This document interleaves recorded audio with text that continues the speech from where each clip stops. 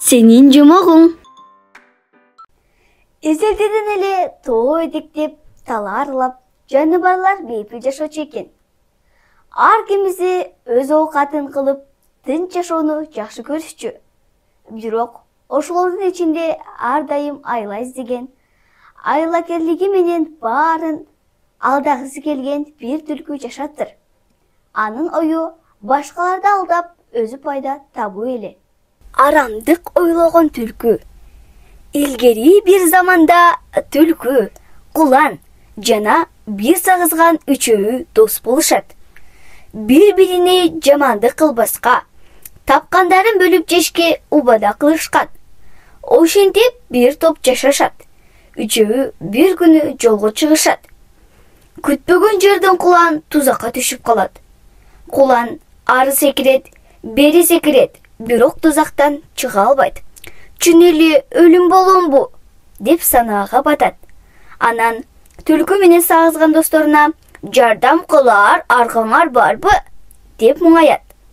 Ошондо түлкү тузакты кесип салмак болот да, бирок ал оюнунан танып: "Жок, кулан өлсө этин жеймин, тузакчы сойсо ичи карынын жеймин. Мунун достугунан мага кандай пайда?" деп арамдык кылып бир көмүскө жерге барып, тузакчыны күтүп жатып алат. Түлкүнүн окуясын көргөн сагызган куланга келип мындай дейт: "Кулан дос, менин тузакты кыйышка алым жетпейт. Аны өзүң да билесиң. Түлкү дос болсо, сенин достугундан көрө этиңдин таттуусуна кызыгып, тигинде тузакчыны күтүп жатат. Мен бир акыл айтайын", деди да муну айтты: "Тузакчы келгенде буттарыңды сунуп, кыймылдабай жатып кал. Тузакчы келет да кекирдегинди кесер алдында мойнундагы тузакты чыгарып салат. Дал ошол учурда шак тура калып качып жөнө", дейт. Кулан сагызгандын сөзүнө ишенип, кыймылдабай жатып калды. Тузакчы келди, сырайып жаткан куланды көрдү да: "Арам өлгөн экен", деди да бычагы менен мойнундагы тузакты кесип жиберди. Кулан ошол замат тура калды да качып жөнөдү. Мергенчи ашып шашып мылтыгын ала койду да качып бара жаткан куланды карай сунуп тарс атып калды.